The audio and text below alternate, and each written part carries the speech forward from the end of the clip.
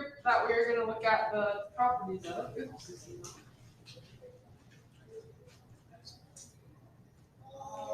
is the metalloids. So that's on the back table. It's this brown kind of line. And it has properties between metals and nonmetals. They're kind of in between there. And there's 7 of them. So that sometimes they can be insulating, sometimes they're more conducting, sometimes they're a little bit shiny, sometimes they're a little bit dull. They're just kind of in between there. We call them the metalloids. And so, as we're going through this, you have the ALEX periodic table on the ALEX program.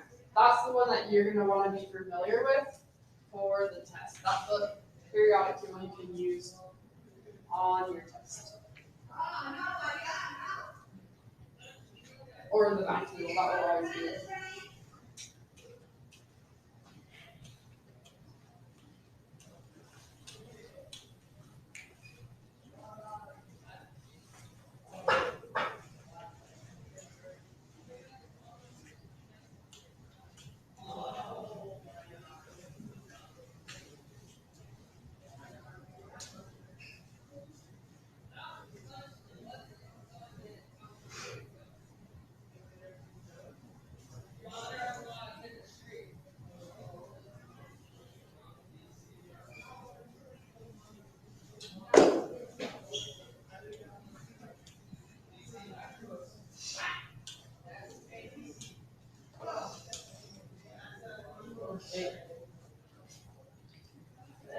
All right, so go ahead and look at these elements, find them on a periodic table, and tell me the symbol and what type it is.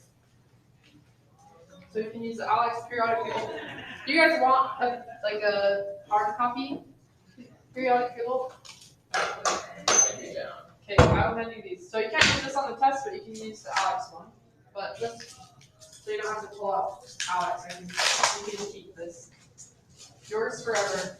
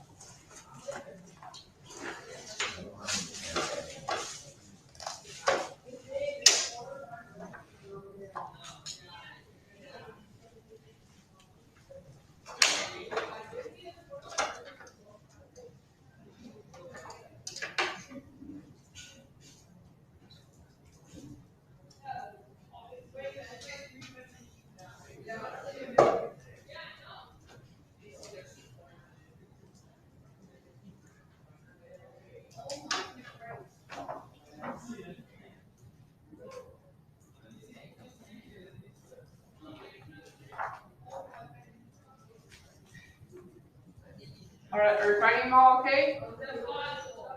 Any that we're missing? Where is indium? Where is indium? 49. Okay, over here in the post-transition metals. Okay, what kind of element is thorium?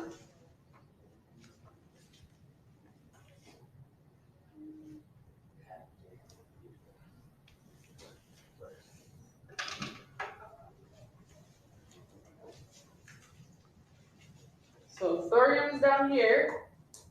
Is that a metal, non-metal, metalloid? The green ones. Yep, it's a metalloid. Or excuse me, no, it's a metal. This is a metal. It's the actinide. Good, and it's an actinide. Good. Metal. So is this one a metal? Argon? This one's a non-metal, right? Do we have any? Oh, yeah. Nope. We don't have any metalloids up here. Okay. Does that make sense? We're doing okay how to find that? Metal, non-metal, metalloid. Oh, you had a minute. Perfect. Blank is a pure substance formed by chemically combining two or more elements. This one's a compound. Good. A compound is a pure substance formed by chemically combining two or more elements. Two or more different elements.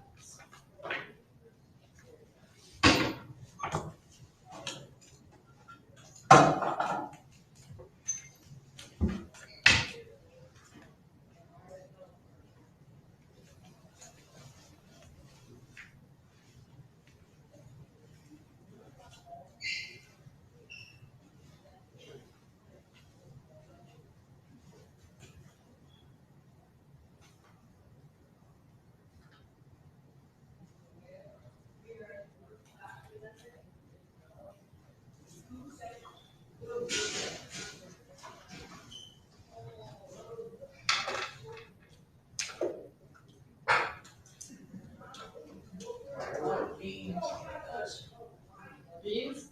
They are for the Bohr model and Planck's. We use the Protons in chemistry.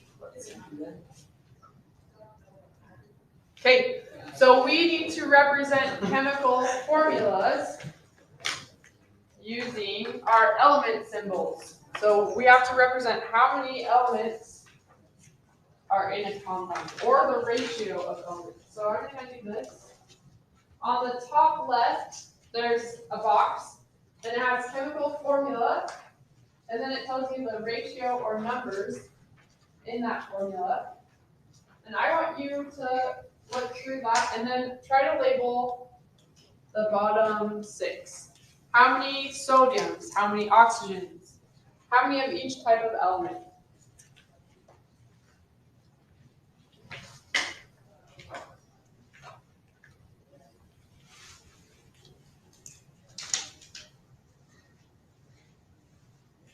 And then we'll check this together.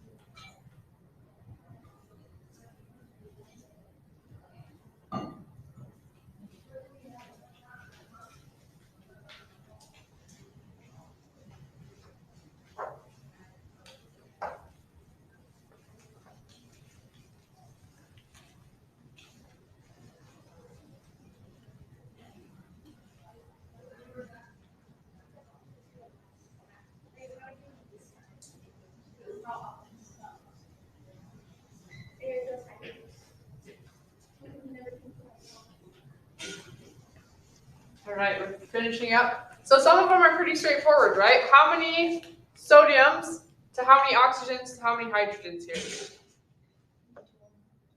Yeah, good. 1 to 1 to 1. Oh, let's turn this one off. I have like 2 pen tools. Let me turn this other pen.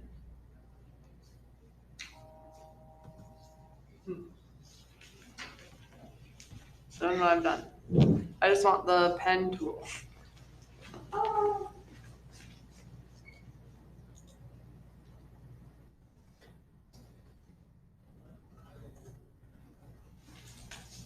Oops. Where did the pen tool go? Oh, thank you. Sometimes it comes up on the other side, sometimes, I don't know, sometimes it doesn't come up. All right, so 1 to 1 to 1. 1 sodium to 1 oxygen to 1 hydrogen here. Okay, let's jump down to this one. This one's a little bit trickier. How many irons? 2 irons. How many sulfurs? There's 3 sulfurs.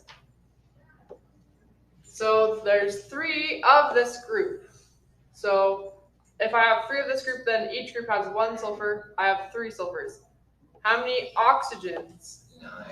Good. Oxygens, there's 9 oxygens. Good. Okay, so it sounds like you've got that. Let's jump down to this one. 3 Cu, 3 coppers.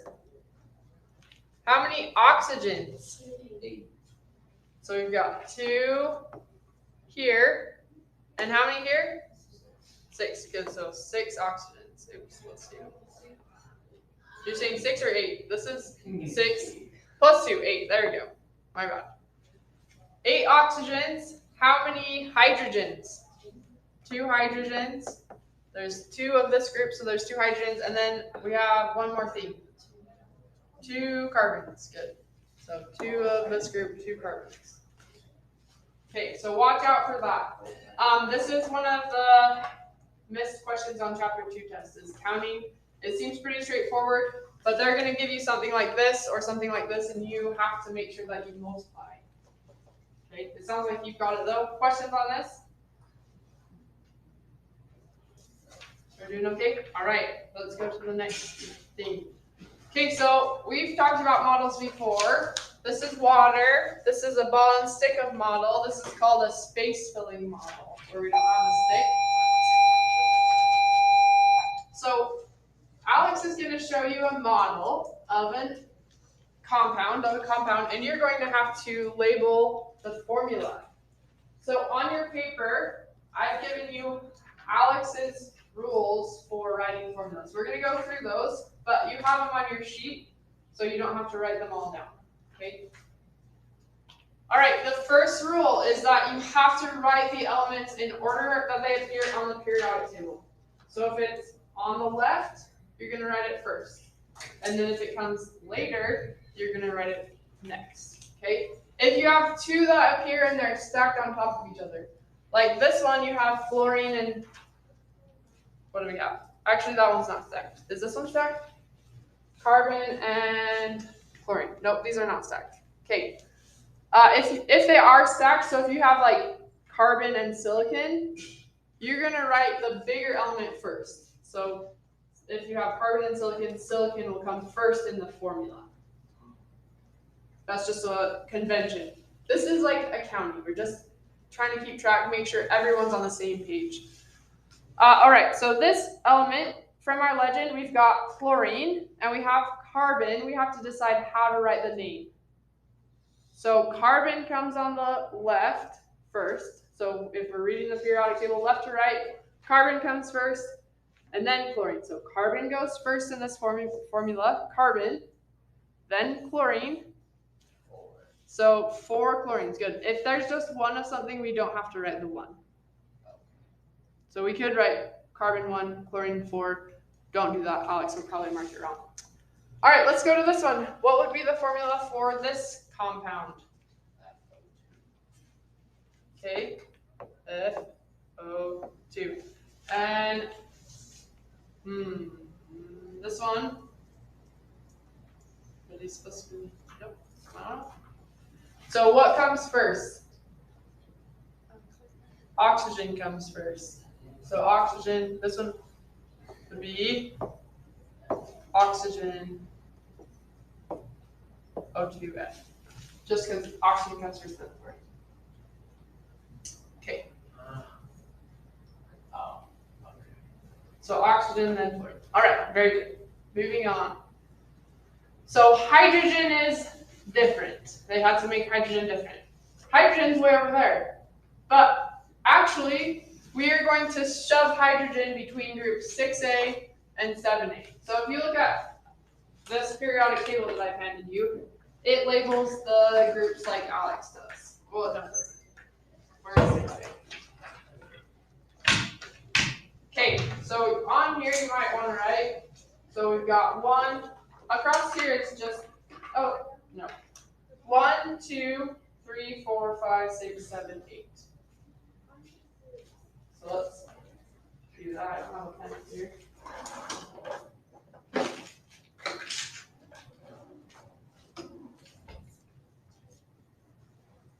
Two, 3, 4, 5, 6, 7, 8.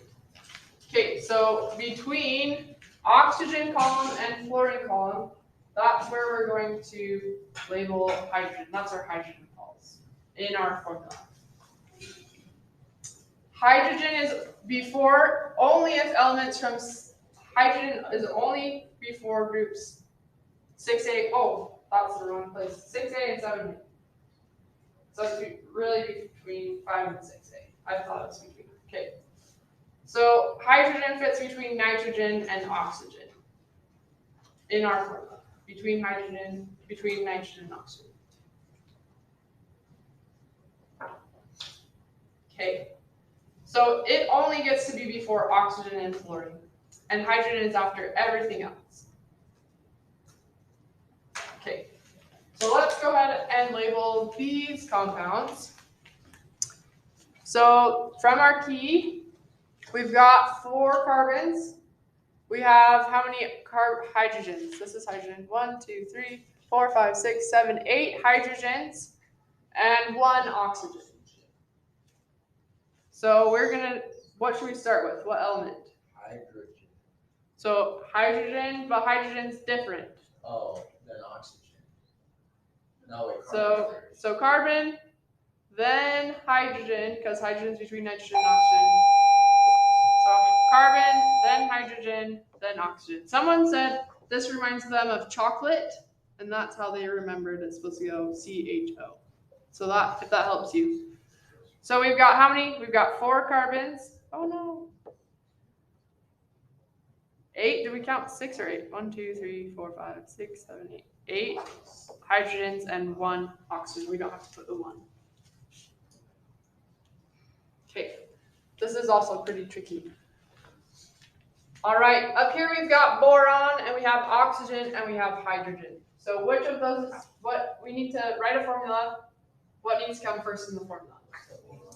Boron. Yep, boron is pink. I labeled it up there. Oh. Okay, so we've got boron. How many? Okay, then what? Hydrogen. Hydrogen comes before oxygen and fluorine. There's 4 of those. How many? Then oxygen next. 9. Okay, 9. Okay, and then how about this one? That was oxygen, not hydrogen. This one's a really, really big red molecule, red element, which is bromine. BR. So this one is HBr. Okay. Questions on that? That's something that you're going to need to practice in Alex. Okay, it's going to give you a molecule. Make sure you know how to do that. Okay, questions here? Okay, go ahead and try these. See if you can, this is either space filling or bond stick. See if you can figure out how to write the formulas.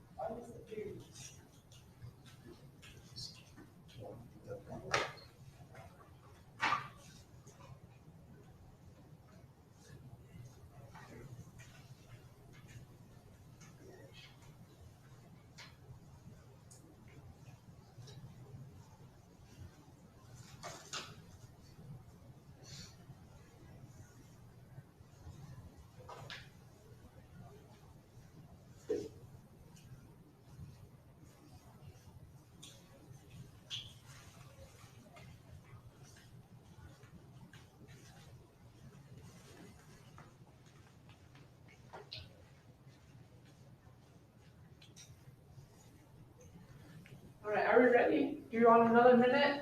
Another few seconds? Yeah. A few seconds? Okay.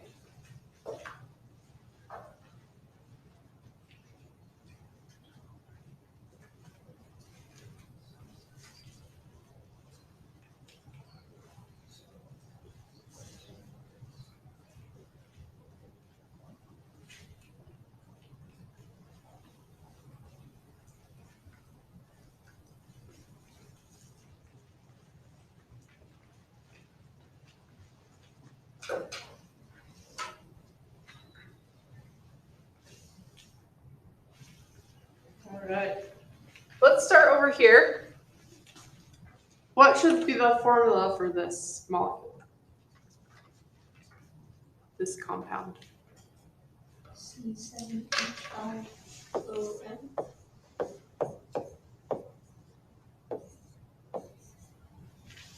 Okay, what do you guys think? You agree with that? Okay, N has to come before H, so we just need to move that because the hydrogen comes between the nitrogen and the oxygen column. So we'll just need to reorder. Oops, I wrote it the same. This is really hard to erase, so I'm just gonna scribble it out. C, N, H5, O. How about that? Do you agree with that? Okay. Okay, do you agree with the numbers? All right, okay, let's try this one over here. What should this be labeled? C7. C7. H7. H7. O3S. O3S. Do you guys agree with that? Nathan, The S have to come before the O3, and why? because it's the bigger element. Okay, good. So Alex says if it's bigger, you should put it before. So these are stacked. If we look at the periodic table, oxygen is right above sulfur. So sulfur is lower down, it'll be bigger, so sulfur comes first. C7, H7, S, O3. Okay, we're okay there? Okay, let's jump down to this one. Did anyone get all of these ones? These are hydrogens. C6H12O6.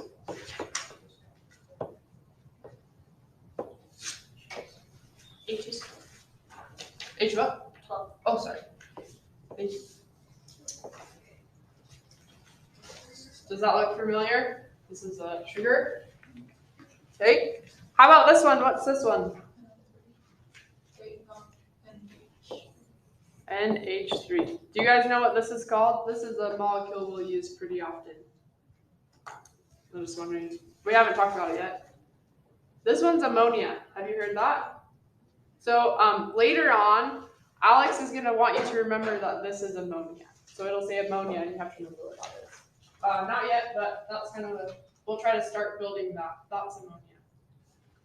All right, the next thing that we need to talk about is the subatomic particles. So we need to fill out this table. This table is on your chart. So it's down here at the bottom. What charge does a proton have? Good. +1. Good. +1. How about a neutron? So neutron is neutral. Neutron is neutral. Electron. -1. Good. The mass in grams. You guys have that? I don't have that on my chart. In my head, I don't know that. We'll just leave that up to the. That was a good question. I don't know. I bet Google knows how you do that. Okay, and then the atomic. This is atomic mass unit. So this is based on our protons and neutrons. So the atomic mass of a proton is 1. The atomic mass of a neutron is about 1. I think they're pretty close. And then an electron is really, really small. It's 0.00, I think 305 atomic mass units. So when we're adding up the mass of an atom, we ignore the mass of the proton, or the electron, because these are so small. And then our symbol for a proton, we use a lowercase p and then a superscript plus to show that it has a positive charge. Neutrons are a lowercase n with a superscript 0 to show it has 0 charge. Electron is e, little e, with a superscript minus to show it has a minus charge. Okay. This is one of the test questions. So make sure you know this table. It'll have you fill out the table, basically.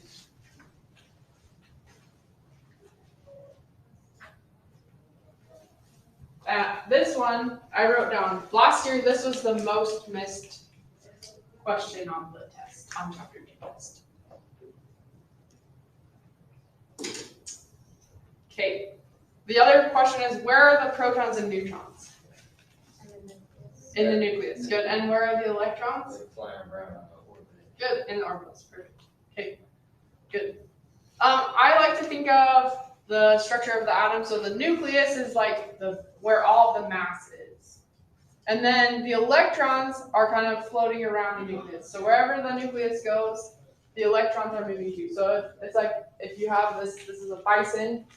If the bison moves, then the electrons follow the bison. But we don't, if we weighed the bison and the flies, they would not, the flies would be such a small mass that they're basically negligible. Okay.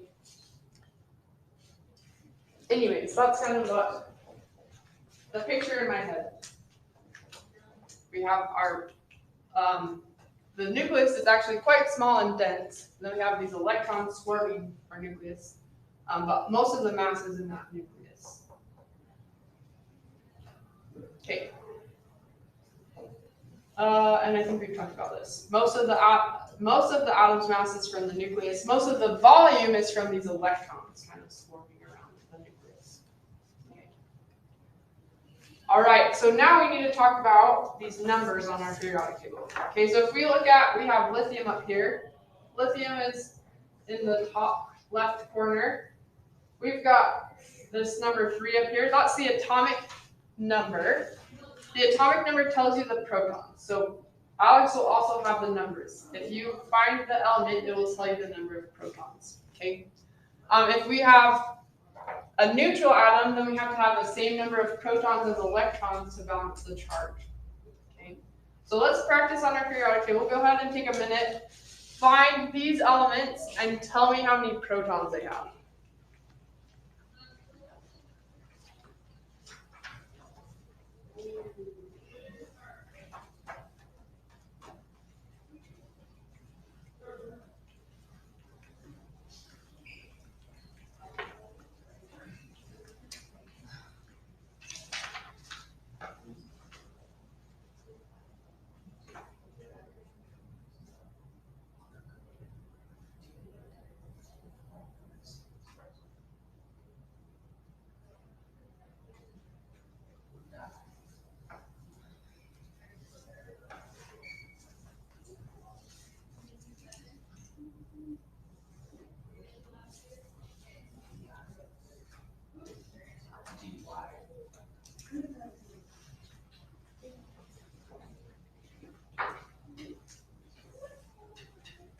All right, let's do a few of these. How many protons would magnesium have?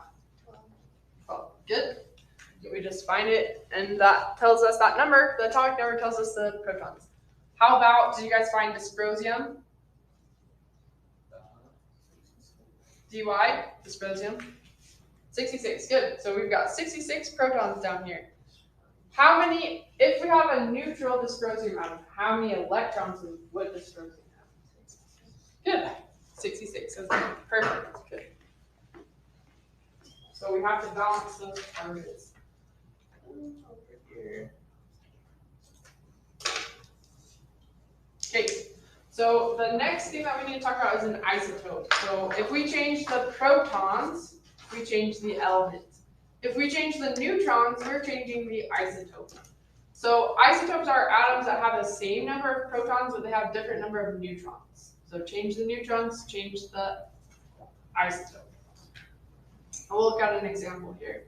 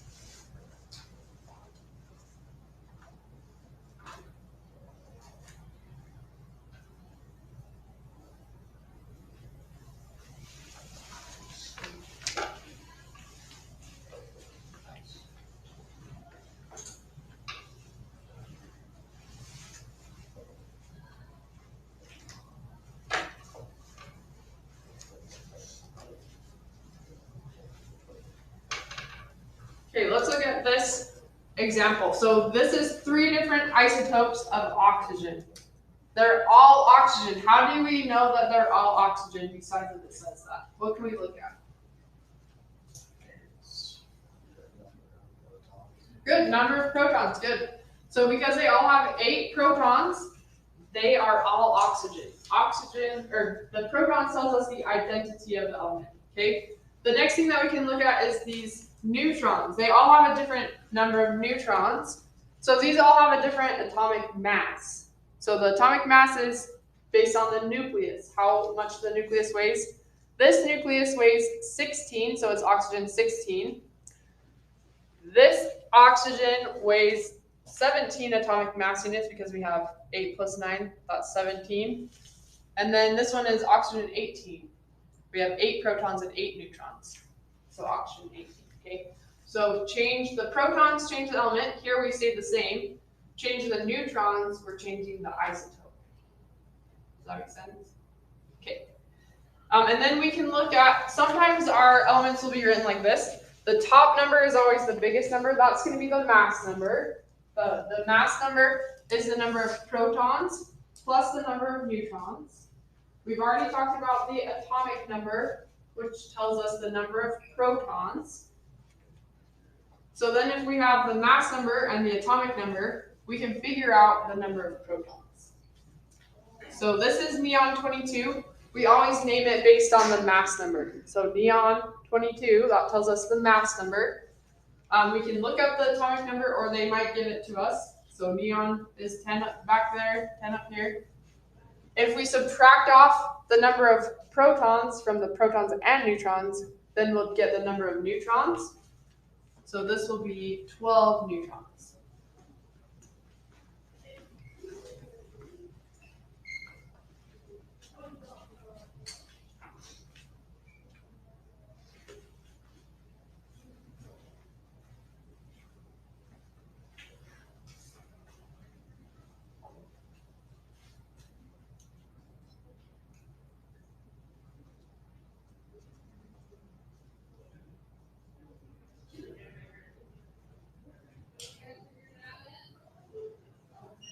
Okay. So go ahead and try this one. See if you can figure out the number of protons, electrons, and neutrons for these 2 elements up here.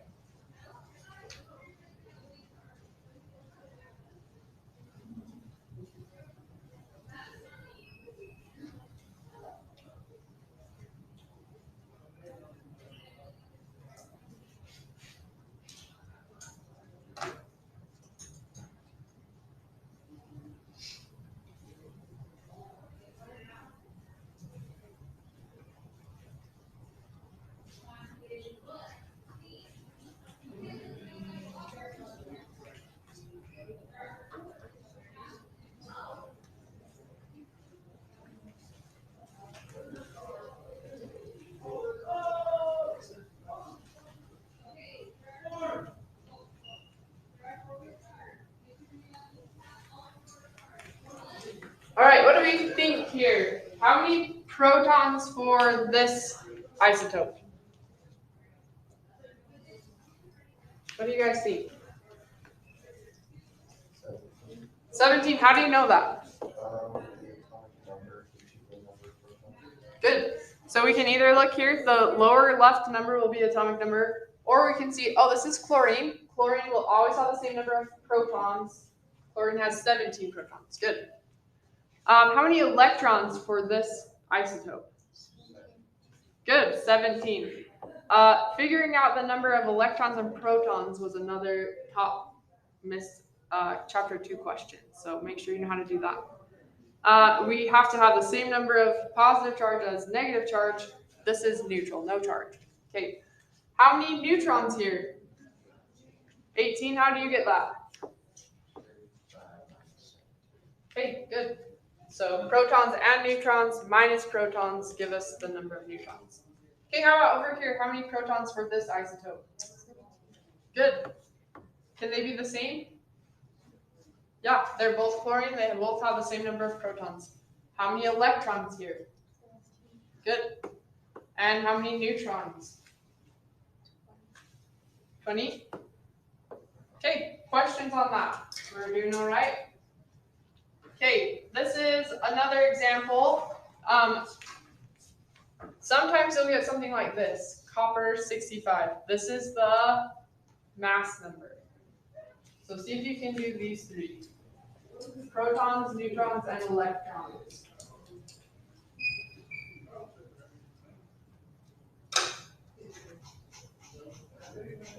Okay, this is our last slide. Then we'll have work time.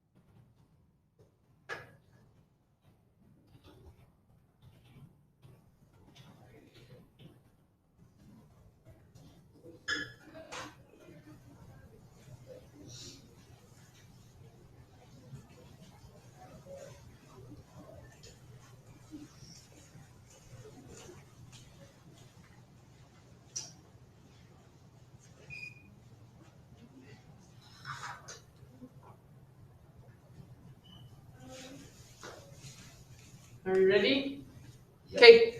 How many protons for molybdenum? How do you know that? It doesn't tell us here.